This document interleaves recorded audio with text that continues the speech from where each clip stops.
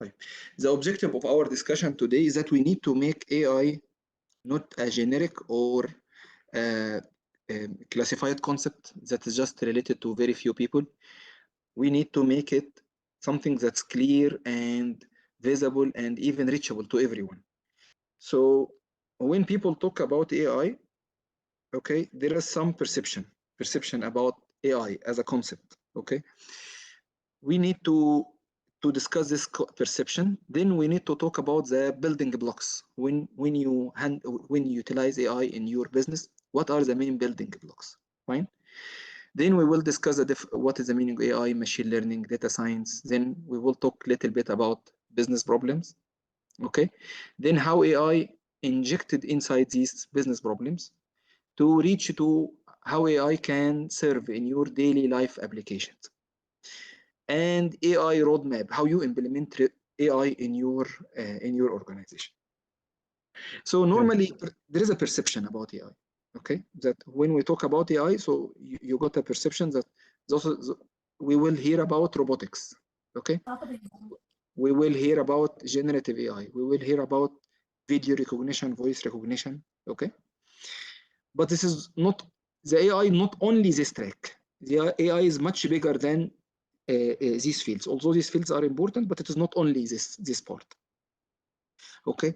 Sometimes also people are talking about whoever work in AI, who will be mathematics geeks. This is exclusive for them. Okay. But the reality also is not that. Okay. So I saw this actually definition, AI and data science specifically. It is not IT, it is not programming, it is not visualization, it is not statistics, it is not optimization. Actually, it is not either one of them only. It's all of them. Okay, machine learning and AI and data science. It's IT and the programming and visualization and the statistics. So there is a very simple definition for this domain, that it's scientific process for converting our data into insights for better decision making. In other words, some people are using data to make insights, but not using scientific process. So this is the thing, is that we are not saying it's a data science. Okay, if you are using data without methodology for reaching to decision making, we can't name it as a data science. If we are using scientific methodology, but we are not reaching to some insights that is useful for decision making, okay, again, it's not a data science. So again, data science, we need to utilize the concept for analyzing our data to solve our business problems. So these are the main pillars for this point. طيب, let's go more deeply, more practically. Okay, so whenever we discuss about AI, we need to split our discussion into 4 pillars. Okay, AI in business, it has to be split into 4 pillars. The first one, what is the data we have? This is our raw material. We need to be aware about our processing engine, how we can, what is the capability of science, okay, to handle this data. خلاص, we know the capability of science, how the science can serve. Now we can discuss business problems. When we talk about business problem, we have in our background what data we have in our organization, okay, and we know in our background also how we can process this data.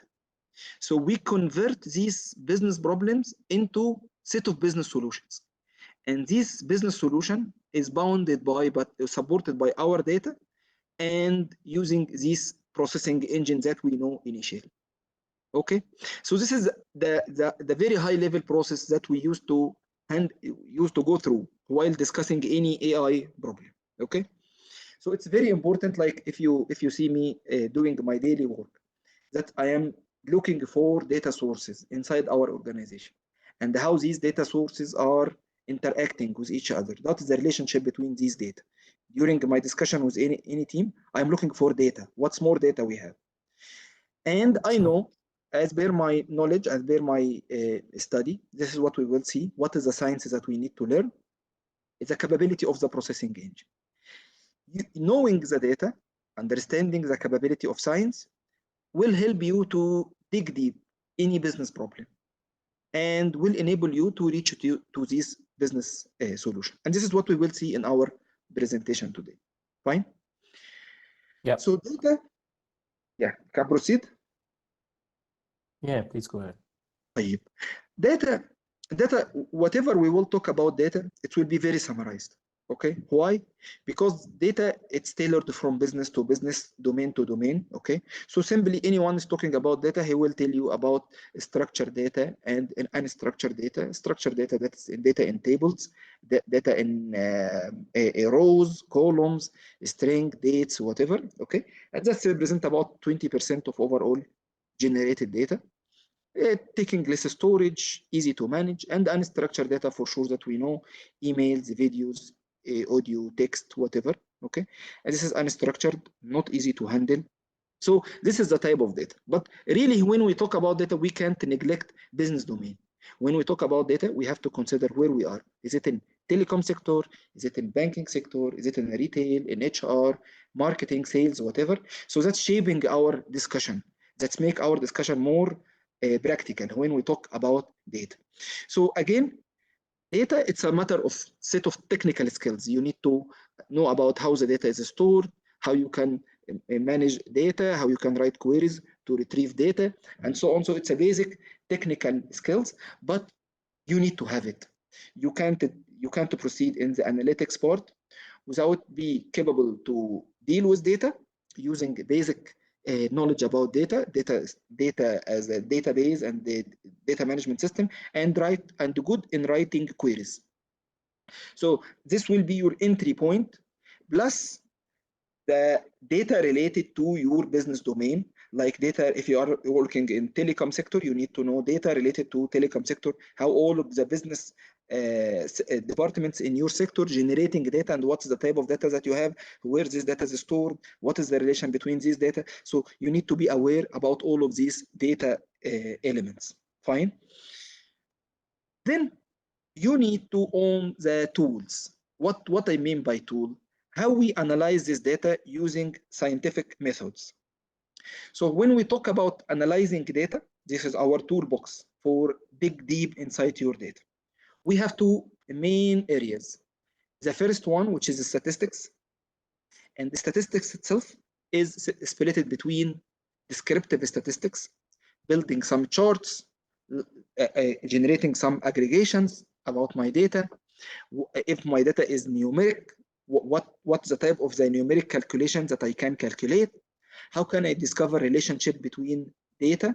Okay, if these data elements are numeric, like if there is a claim is talking about productivity versus experience, how can I discover relationship between productivity and experience?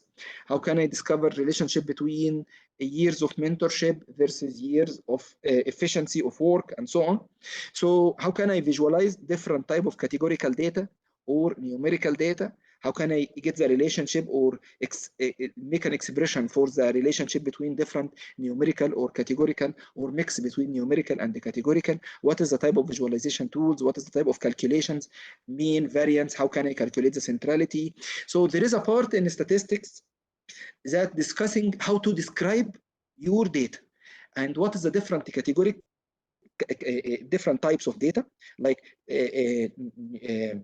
quantitative, qualitative, what is the meaning of ordinal data, what is the meaning of nominal data, how we do each type of analysis, what is the difference between continuous and discrete data, and what is the different type of aggregations and statistics that is done for each of these categories of data.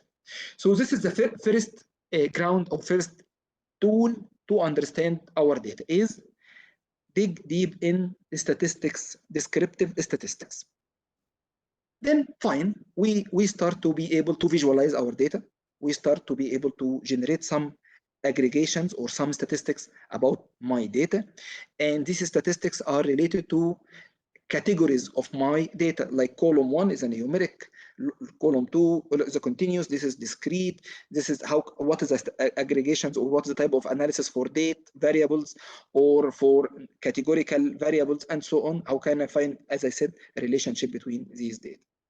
Then we go into the second part or second arm of statistics, which we name it inferential statistics. In inferential statistics, is actually very, very important part in handling your data, that you have a huge population, okay, and you would like to study something about this population.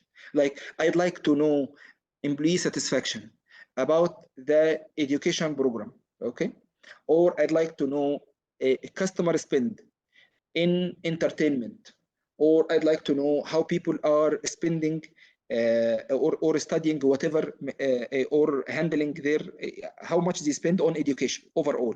Okay, so here we have unknown parameter in the population, and I'd like to understand this parameter. So how can I build sample from this population?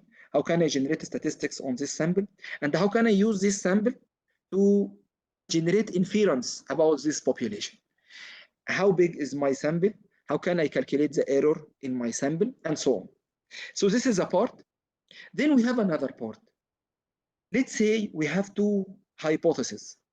So some people said to enhance team productivity, you need to give them some trainings about team building.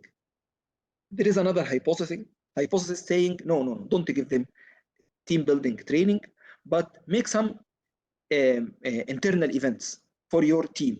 Take them for outing, do some make mix between team members, let them work together for some time, and so on. So you have here different hypotheses.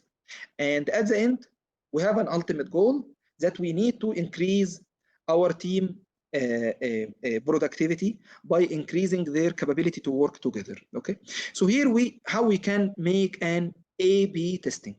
So we have two groups. We will do different experiments with these two groups, and at the end we will draw conclusion about the whole population. Like methodology A is better than methodology B in A, B, C, D. There is some very common use cases done by hypothesis testing, like when a people was trying to study work from home. Is work from home is working or not? So how they build the experiment for how they can select a group of people who went to work from home and some other people who are working from office. How they are making that these two samples are representative for the whole population, and these two samples are similar to each other. Then how long they made the experiment. Then what are the measures that they are used for evaluating or making the A/B testing. Then after they made the experiment, how they can draw conclusion, and after that, how they can generalize their results on the whole population. So before going into applying work from home for everyone, or removing work from home from everyone, okay, how we can make an experiment to make sure about the work from home productivity for the people before generalizing the rule for everyone. Okay, so this is the objective for A/B testing. A/B testing, by the way, it's a very common methodology for marketing. Like if we are testing different type of campaigns, we made something called control group, target group. Some people getting the campaign, some people are not getting the campaign. Then we make the impact. For evaluating the impact for any medicine or any drug or even vaccine or whatever, they use the A/B testing. If you would like to change the layout of your website, how we can test different layout on different sample of people and evaluate the user experience using the A/B testing.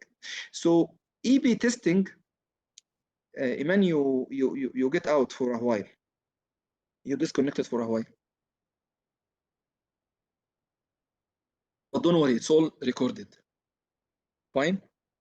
So A/B testing, as I said, it's a methodology for evaluating different methodologies or different concepts on a small group, and how you can evaluate these two groups, test these two groups together before generalizing your outcome on the whole population.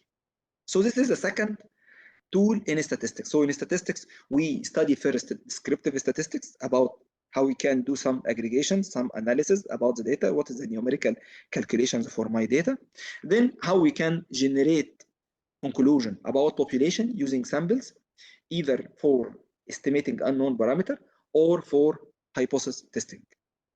Okay, is that clear for everyone?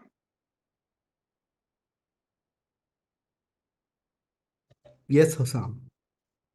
Okay, so Yeah, fine. Just these points is very important because I'll build on it later when we will talk about use cases. We will put business problem together. Then I'll use these methodologies to solve the business problem. So here is what we are seeing using machine learning to draw conclusion about population or to solve business problems. Fine. The second part is machine learning. In machine learning, we have set of mathematical methods, and these mathematical methods actually are helping me to do two things. The first one, we name it descriptive machine learning. What I mean by descriptive machine learning, or we name it unsupervised learning. Okay, what we name it, we have a huge data.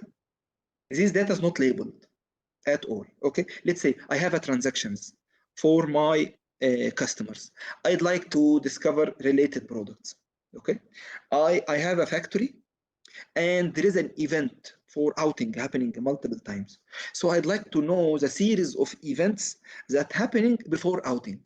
So there is an outage happened in my machine. I'd like to know what is the events that happened before this outage.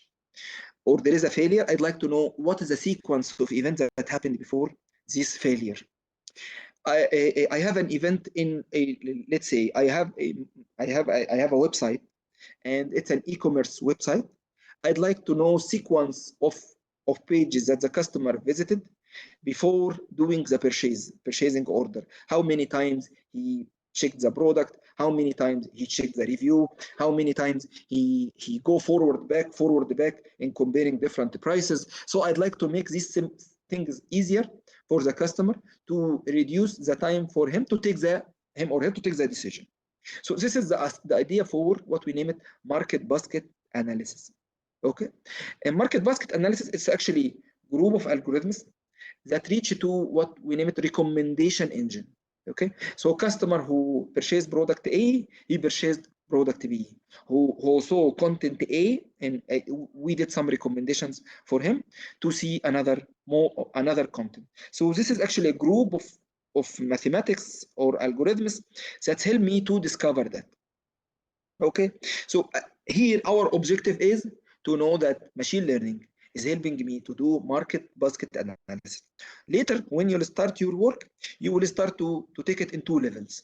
There is a level for dig deep inside mathematics behind how this calculation is done. Then another level for how I can use these algorithms. What is the parameter that I can share? What is the result that I retrieve from these methods? Normally, we start by knowing a high level about the concept, then how I can deal with the algorithm, how can I share, how can I get library that doing the market basket analysis, how can I share parameters, then how can I retrieve the results back again, okay? Then by the time you will have capability to learn more about mathematics step by step, okay? Don't dig deep in mathematics to the maximum because you may get actually a PhD in enhancing one of these algorithms. But as a data scientist, you need to have the big image. You need to know everything about everything. So I need to know something about market basket analysis. I need to know something about path analysis, sequence of events. I have a data for my customers. I'd like to discover similar behavioral customers doing similar attitude, okay? So I'd like to discover the segments. So you need to know the very high level about the algorithms, how it run, then how you can prepare the data for making segmentation problem. And also outlier detection. How can I detect the customer who are doing uncommon behavior?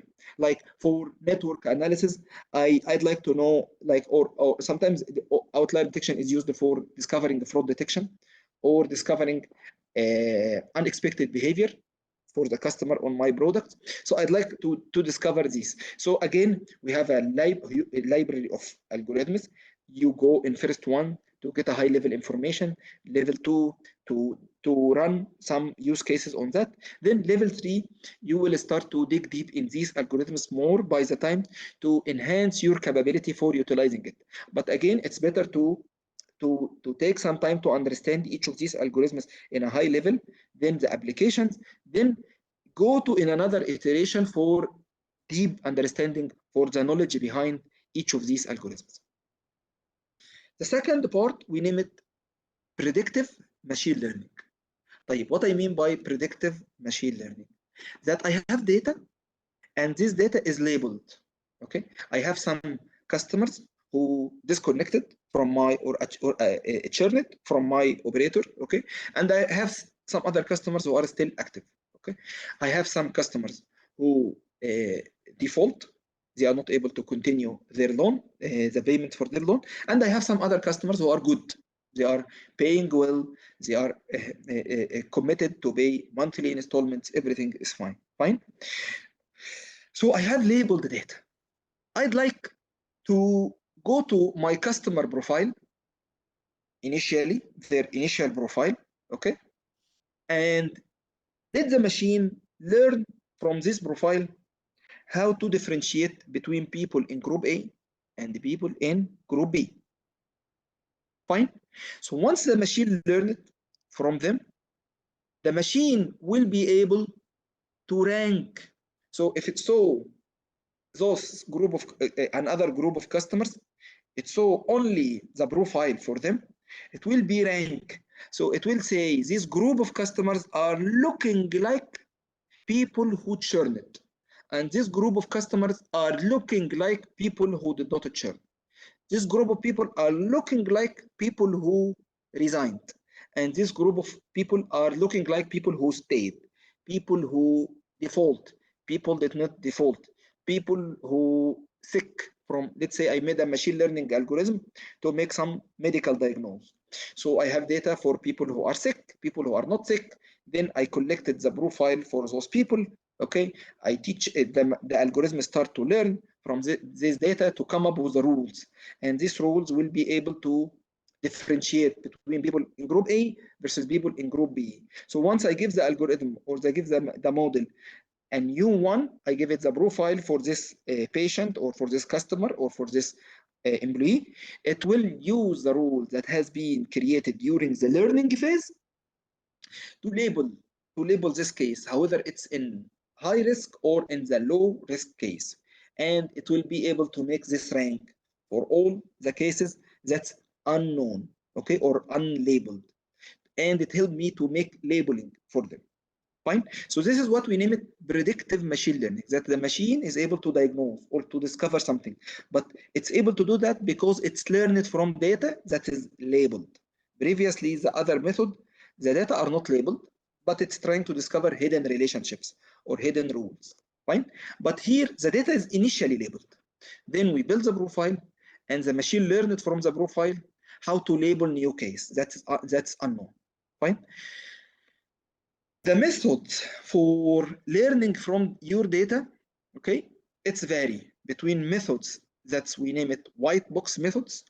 So it's a set of algorithms that the machine learn from your data, and the algorithm after learning it gave you rules. You see rules, the machine is generating rules. Okay, the mathematics is generating rules. So you see the rule in the front of you. There is a rule for prediction. Let's say decision tree. So decision tree is a rules, and the rules is the if conditions. Okay, there is a leaf. The leaf is your prediction. Okay, there is another type of rules. It's called the regression. So it's give a weight for each variable. Okay, so we calculate the weights, we get the value, multiplied it by the weight. So imagine that we went to a bank, and the bank is labeling people between high risk and low risk. So the bank at the end, it has a set of information that's collected from each customer, and they have weight. So they multiply the weight by the variable that they collected from their customer to get a score. And they said the people who have a score greater than 70 is a high risk, lower than 70 is a low risk. And sometimes they change the cutoff as per the economic situation that they saw. Sometimes they change the weight as per the change in the market dynamics, like there is a high risk right now in sector A, so anyone in this sector, he will get more weight to be a high risk. Then this sector, there is a low risk happening, and this we reduce the risk in that sector, and so on. So this is what we name it white box methods. Also, there is another classifier that's called naive Bayes classifier, looking the probability of event given that we have another event happening, like probability of disconnection, or the employee will resign, given that he got a high rating this year, okay? And probability of attrition, given that this employee didn't take a training for 2 years, or didn't get, or actually that employee is not, let's say that employee, he got a salary deduction last month. So we have different events that the employee can pass through. We need to study the impact of these events on my final prediction or final label. So we have some, we name it superior and posterior probabilities. So at the end, this algorithm, again, this group of algorithm is enabling you to make prediction on a white box rules. Fine. We have another techniques that's making a very good accuracy, like deep learning. Deep learning is able to learn from your data, but it is not a white box. What I mean by not a white box, that at the end, prediction rules will not be clear. But here you are more interested in the accuracy rather than the rules. Where we see this type of algorithms in, like in image recognition, or in face recognition, or in voice recognition. So I am highly interested that my mobile is able to recognize me, then correctly, then how it's recognized me. I am interested in fingerprint application that's able to recognize me more than how it made the recognition. So I am highly interested in the results than the rule behind these results. Okay. At the end, I have a historical data that I am learning from this historical data to come up with a rules, regardless of these rules, how it's created. Okay. Then I am using these rules to label unknown data. And this is a group of predictive machine learning. Clear? Yeah. Okay. So this is the toolbox. Whoever doing the training in the track for machine learning, you are gone through this library, from descriptive statistics to inferential statistics to descriptive machine learning till predictive machine learning. So these are set of group of areas that you are learning, you are going to learn. At the end, or the next part, we will see business problems. خلاص, we know now these concepts, and we know now what we gain from these concepts. So now we need to know, we have a business problem, how we can use concepts to solve these business problems. Okay, to see how things are activated or deployed in the reality. Clear?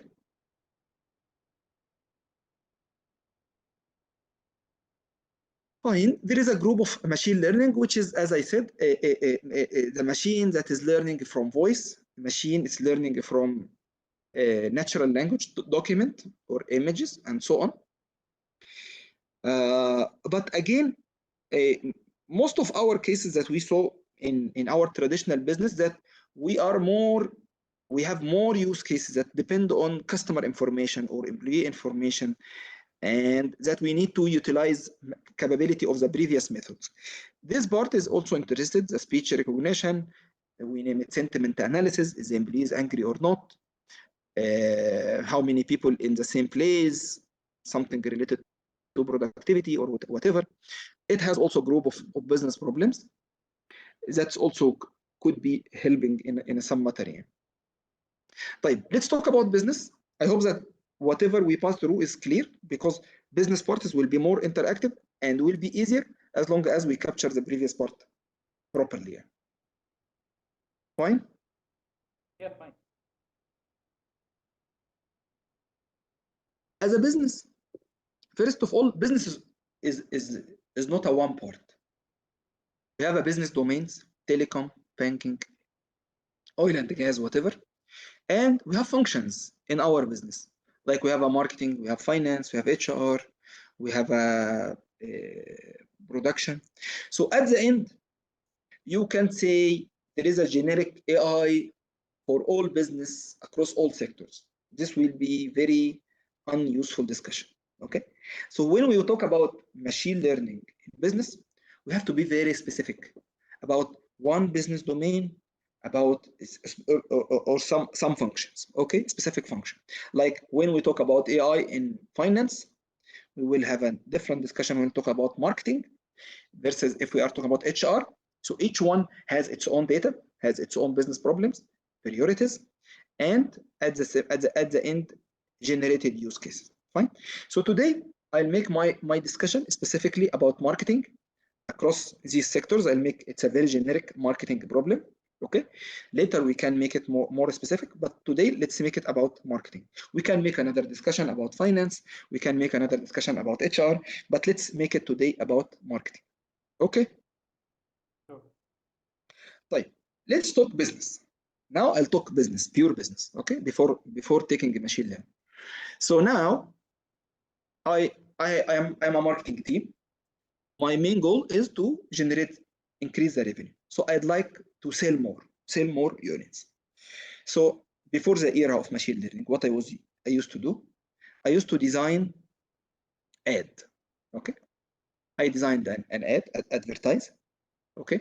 That's describing the unique value of my product.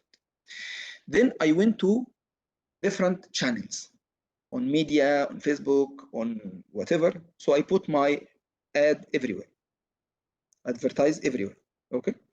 Then still it's not very I'm not able to attract more people by the features only of my products. Then I decide to go aggressive.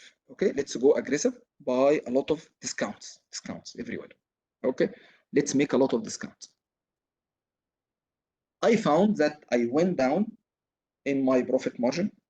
Okay, so a lot of ads, it's added to my added more cost to me. At the same time, I am reducing my profit margin.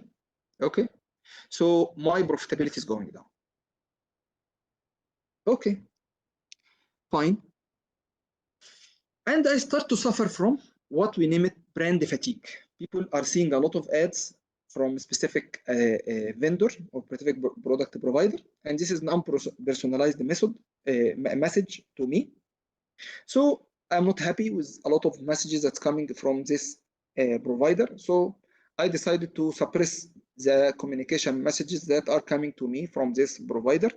I'm not able to see what's new for his products. So by the time I am not connected with his products, so I decided to disconnect or to remove this app because it's not efficient to me or is not showing to me something interesting. But that's mainly because of unpersonalized messages that I saw a lot. So that's make my communication non-effective and it's reduce the ROI. طيب. So some people said, okay, let's change our method. We have a methodology called the product centric and another methodology called customer centric. Okay. So in product centric, that I have a product and I'd like to sell it. In customer centric, I have a customer and I am looking for customer need. What should I provide to that customer? In product centric, we are around, or our culture around our product. We need to develop something in our product, and we need to use these new features to attract more customers. In customer centric, we are more keen to understand our customer need and to fill it by innovation. In product centric, we are looking at our last year percentage revenue versus new year. In customer centric, no, we split our customers into segments. We are looking for opportunities, like where is the opportunity for upselling, where is the opportunity for cross-selling, where is the opportunity for acquisition, new base, who we need to retain, and so on.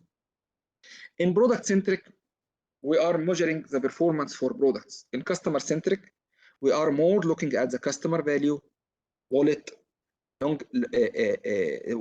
share, customer satisfaction, and so on. So these are the two methods. And as per studies that is done in the market, if we make something like this, very generic message, we put bundle between different products together, versus that we tailored our bundle for a specific customer need, like some cosmetics, we selected a specific type of different products that is suitable to this customer. So I'm selected from my chain of products, specific item from each one Okay, something for eyes, something for skin, something for whatever, but this group of products are tailored for this customer. And as per different studies, we found that acceptance rate for tailored products, it's at least 5x, okay, compared to generalized products. But actually, to reach to this customer centric, okay, we need to do what? We need to have insights about my customer. We need to have scalable offering, and we need to unify my communication across all channels. So right now I'm still talking business. Okay, then we will look at how machine learning is serving here to solve my business problem. So I need to have these three things. Okay, reality, this thing is happening. Yes, it's happening, but for specific sectors. Like in bank, there is, for very high value customers, we have customer manager. If I am vendor for software, we create an account manager for my main customers. So that account manager, he built what he named customer story. He visit his customer, he know exactly what is the portfolio for products with that customer, what is the business problems. Then he try to dig deep inside his products and try to fill his customer need. But he's doing that on human base, and he doing it manually. Okay, and it works because the contract here is by millions. Okay, few customers, and the contracts are huge.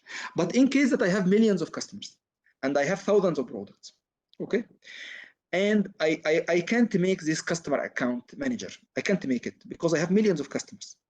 Profit margin per customer is small, and I'd like to understand those customer needs, and I would like to understand the relation between my products.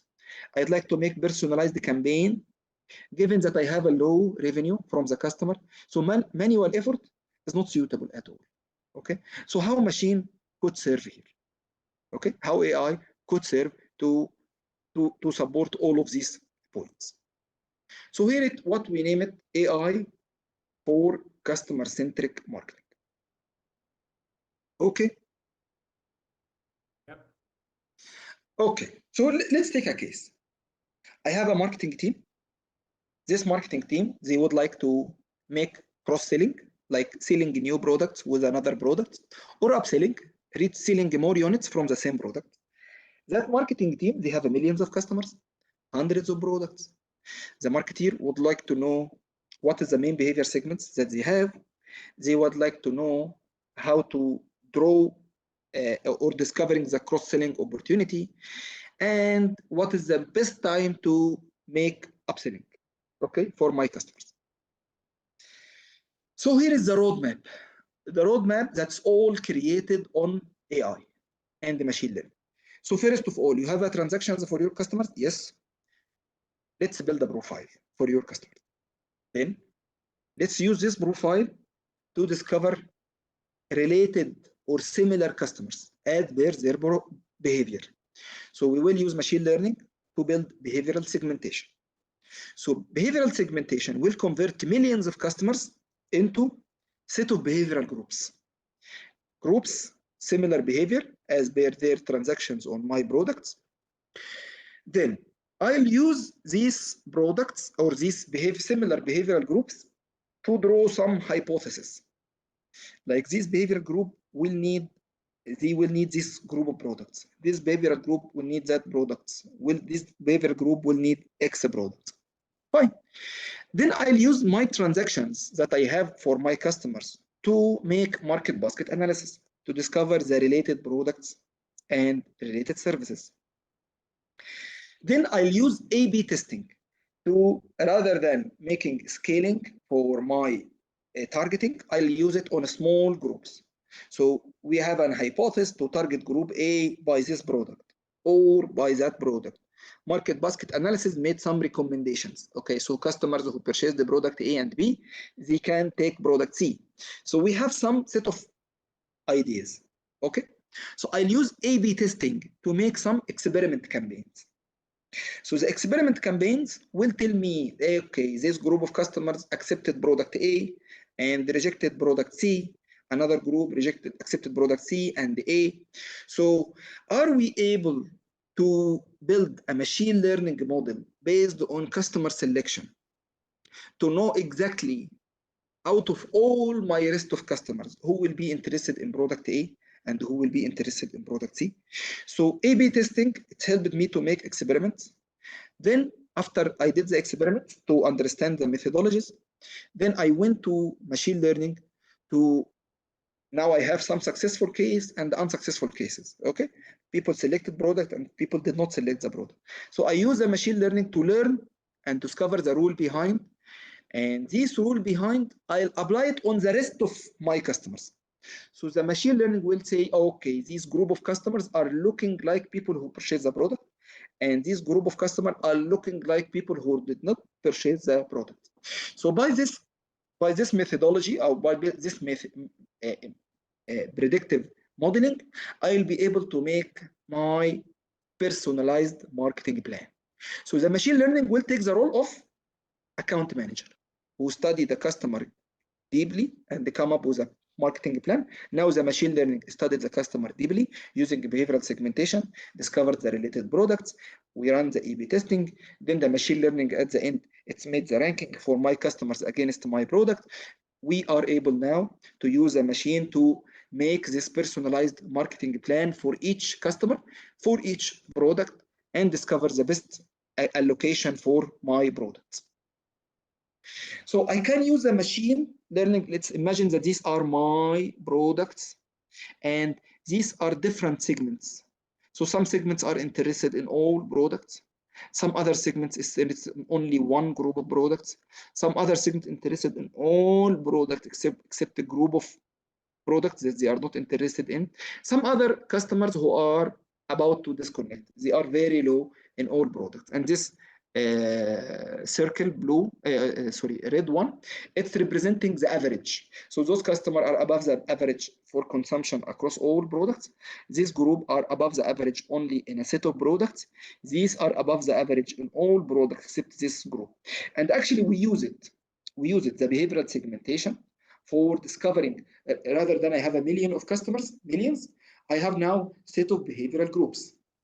And I start to build campaigns, or let's say plan per each group. And that helped us to increase the acceptance rate for our products once we start to utilize behavioral segmentation. Okay, so here is an example for how we enhanced the telesales. So this is before using machine learning.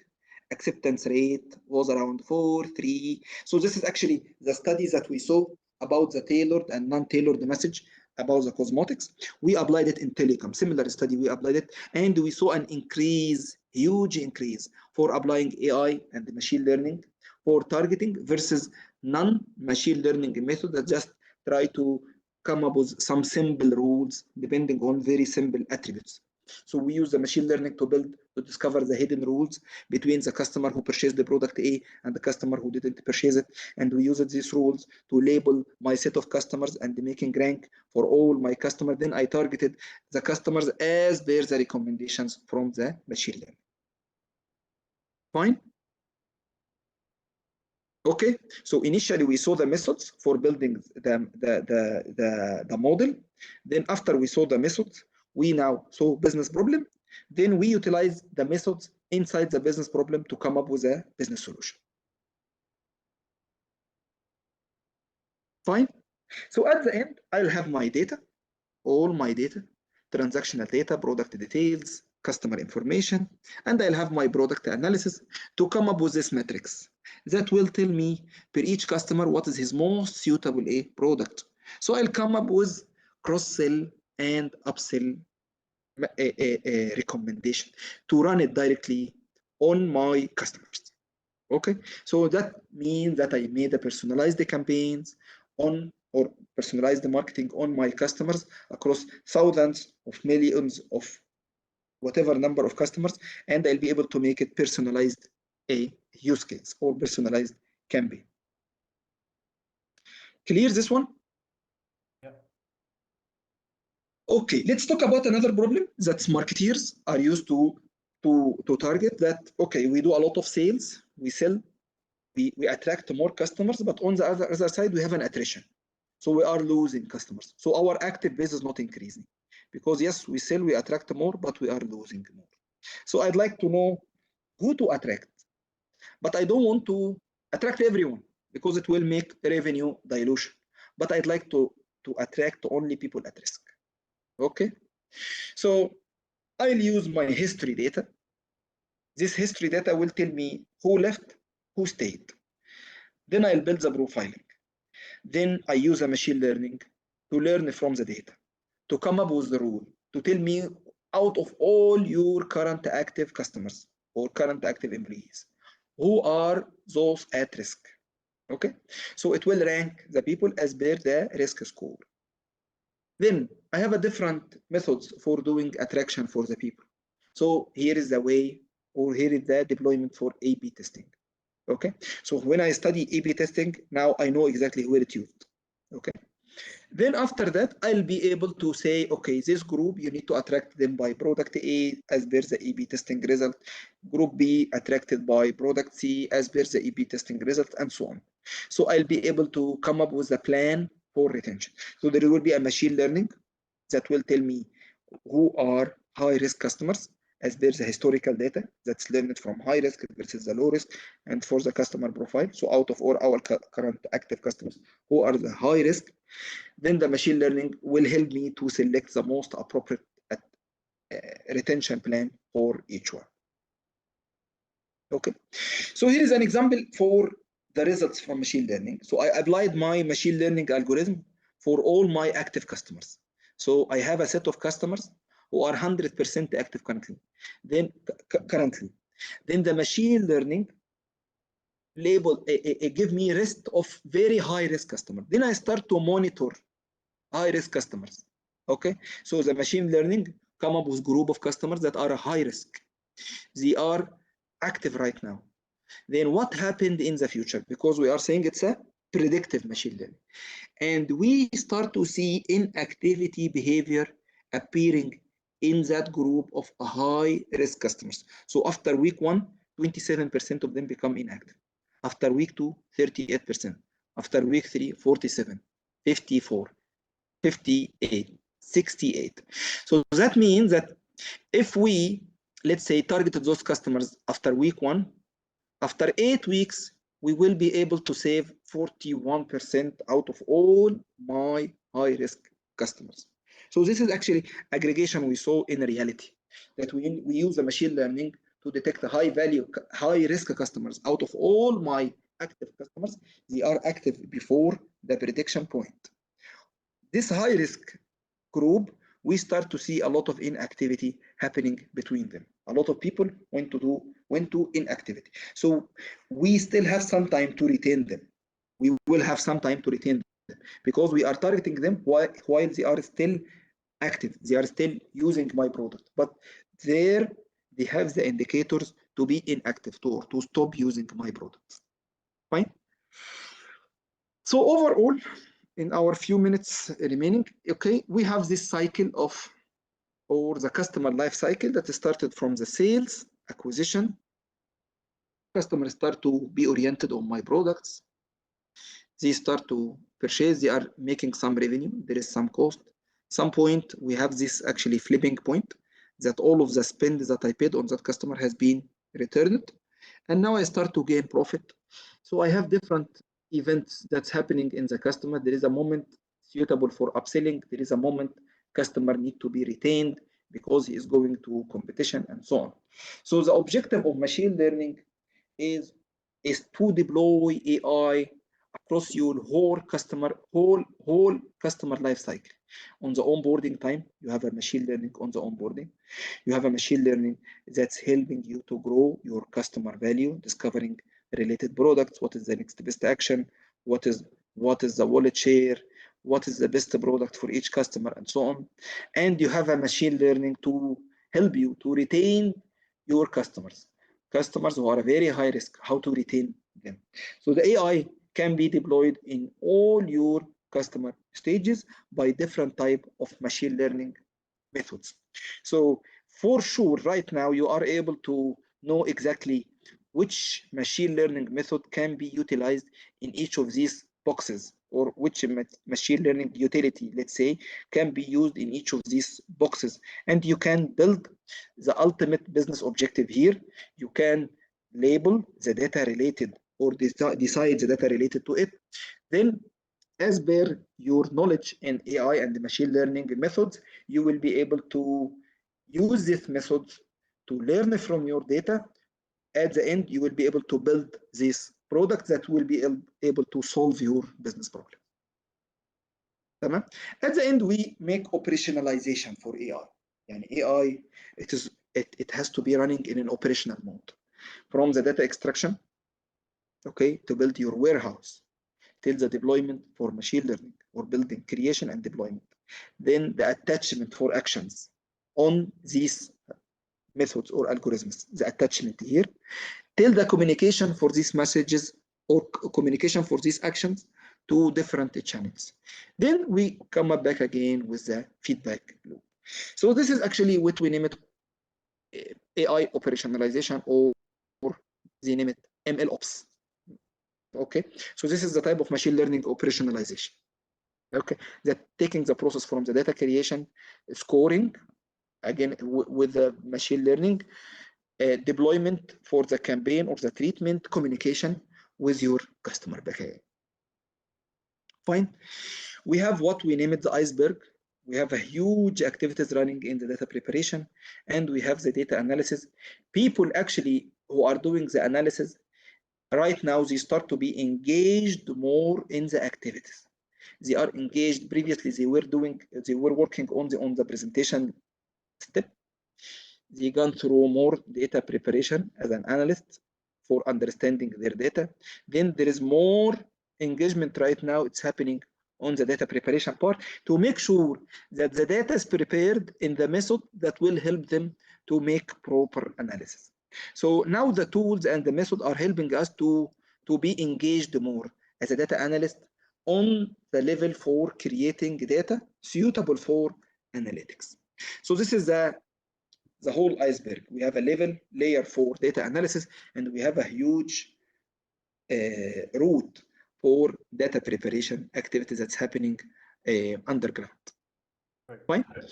This is the final slide that's talking about strategy. Okay, we started by foundation level. We started by doing some basic insights, some basic statistics. Then we start the step for embedding analytics into your operation. And after doing the embed, you need to evaluate the impact. Evaluation will help you to take the decision where to scale, where to make more use cases, where to make more advanced analytics. After selecting the where to scale, you will be able to draw the complete data-driven plan, how to be able to convert your organization to be a data-driven organization based on too many use cases. Some of them will be real-time use cases, and some of them will be depending on batch mode data. Fine. So this is the very high-level overview about using AI. We started by the very simple story. We have some data. We started by methodology. Then we gone through one specific business domain.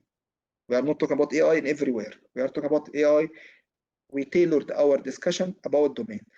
And we can, or you can build your own story on your sector. You can build similar story on HR. You can build similar story on oil and gas, or you can build similar story on production or whatever, or in, let's say, supply chain, and so on. We can build a similar story, but again, you will go through these steps, regardless of your domain. Okay, I hope things are clear and it adds something to you. It's open discussion right now if you'd like to. Yeah, Sam, it was really great insight that you have given us. So it makes us to understand the whole picture of how AI ends with the decision-making part, and what is the core requirement of it, what we need to be already equipped with.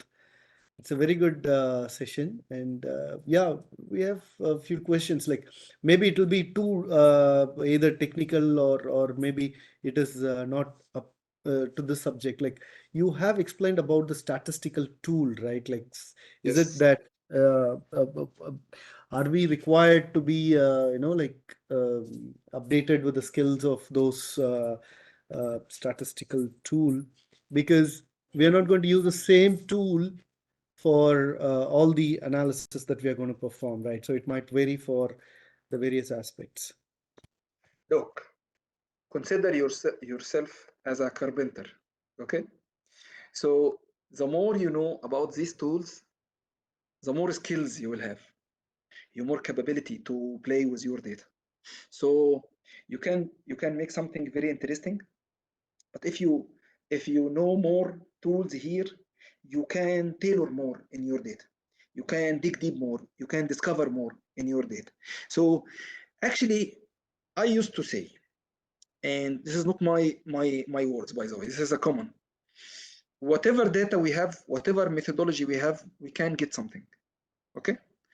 But as we said, more data is beating better algorithms, and better data is beating more data, okay? So the data will be your entry point to have a good data, accurate data, good definition for your business problem. The main you have understanding, the main capability you will be able to do to play with this data, to come up with more interesting outcomes from this data. So learning will never stop, but it's better to keep learn and do. And meanwhile, in between, try to be within community. This community will give injecting every time something, will injecting that this will support you with something new. Someone did something, someone did, and try to be more, even try to be the initiative one. Try to take the initiative even in your organization. Okay, we can do this. Take the responsibility. Go through your data. Do the analysis. Discuss it with someone else. Try to reach online for some algorithms or more methods. And يعني, I can promise you that you will see the difference. Okay, so I'm not saying be the best from day zero, but be in a plan. Be in a plan to understand more. Great. Okay? Yeah. This is my advice. يعني never stop, keep learning, continuous learning, and be in a group to hear from them, to tell them, okay, I'm planning to do this. What do you think? How we can Right.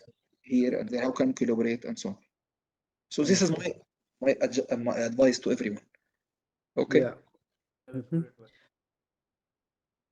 تمام. So there is a very generic. I'm sorry, Iman, you have something to ask? No, go ahead. Yeah. It's something which is very generic. I'm sure that it's not related to the business tools and business AI. So can I ask you, like, okay, we are in the era of like right now, the discussion about AI is at its peak. Okay, we know, like, yeah, it is a good tool and it's going to have a big difference in each and every field and areas. Like, what would be how is it going to, like, get saturated? Like, where do we actually see the limitations, or this is what is the peak of AI? So I'm sure this is not the about the tool or about the subject, but definitely it is taking us somewhere. So where do you can anticipate, like, say, okay, this is the final outcome of AI? Because every technology evolves, like the initial Look, period that we had, we converted ourselves from no computers to computers, and then computers to different technology applications, and right now we are in AI. yeah, So actually, people who are doing some studies about the future, why they selected this time about for the AI. From 10 years ago, they were saying this time will be the time of AI. Why? Because they saw a huge wave of digitization. We digitizing everything, all of the services, all of the activities that we are doing, digitize for it. Digitization called the connectivity, like services start to talk to each other. and we have a lot of activities that happening for middleware application that's connecting too many services together. So digitization, what is the gain from digitization? That we gained more data that start to be appear. Meanwhile, platform to handle the data, either for storage or for processing, especially for cloud computing now, and we are doing pay as you go. So the more you have a need for analysis, pay money. You don't have, release resources. You have again need, pay, and so on. So we found that we have a non-stop point. Why? Because more data, as I said, more data, it helps us. Even my knowledge in algorithms are not adding a lot of new methodologies. Even if I have that, I stopped at some point of time for learning new algorithms or new math. Okay, but I have more data. So this more data helped me to achieve better results compared to someone who have more knowledge about the science. Because as people in Google said, more data is beating a better algorithm. So you have a more data, and we are sure that we will have a more data. So reaching to the bar for utilizing machine learning, we can say it's soon. Why? Because we are not able to see an end point for more data. We are still digitizing more services. We are still getting more data. We are still creating more touch points. So as long we have a more touch points, and these touch points are generating more data and more services, and we start to see more opportunities out of this data. So still machine learning will keep growing. And as people are saying, people using machine learning will be replacing people who are not using machine learning. Why? Because those people will be more efficient, more more productive. They are able to utilizing whatever they are doing best, or higher capability to understand the data they are creating. So it is a time to see that automation is an opportunity for AI, for creating more AI use cases. And whatever we saw in the reality, AI enhanced our capability to make ROI. Because I have a marketing team, and in reality, this is the case happen. We have this case. It happened in the market. Okay, that we have a team for telesales, and that team, it was about to be fired. Why? Because the acceptance rate for them was too low. So they are not able to make ROI for their activity. But after we use the AI, they are doing more work focused. So they are working on a focused groups with a limited number of products. So the same team become more productive. And that team who are doing same products become able to achieve a higher ROI, because they are able to sell more by targeting less. So we are not expanding the team, but the same team now, using less work, they are more successful. Previously, we used to have a bigger team. We are targeting by less number of products, and we are achieving less results. So they were about to fire those people. Okay. So now AI enabled them to be. So again, people who are utilizing AI will replace people who are not utilizing AI. So this is the ultimate case, or the expected case to happen right now and in the near future, and across different domains, by the way. So AI is not classified to specific areas. It will be able to, you will be able to see it everywhere. Well, that was very clear and very detailed explanations. Thanks, Hassam. You're welcome. Okay, Iman, it's fine for you, because I know that you have some engagement after 3. I hope that the session give you the enough intro. No, I apologize for acting up. Yeah. This was great, as we were expected it to be overview. Inshallah, I think Shiva and I, after this we would, I don't know if we have time later, someday we want to see some real world examples which you've been playing with.